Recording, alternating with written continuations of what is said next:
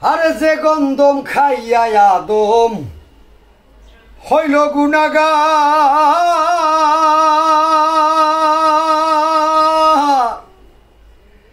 আজ পর্যন্ত আমরা তাহা করতেছি আহার। যে গন্ধম খাইয়া আদম হইল গুনাহগার,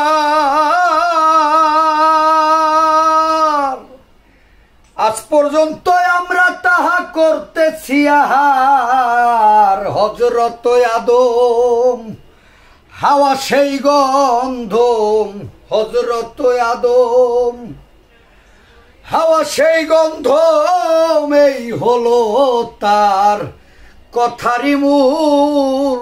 এ বিশ্ব বাগানে শাইনি রঞ্জনে মানুষ দিয়া ফুটাইল ফুল রে।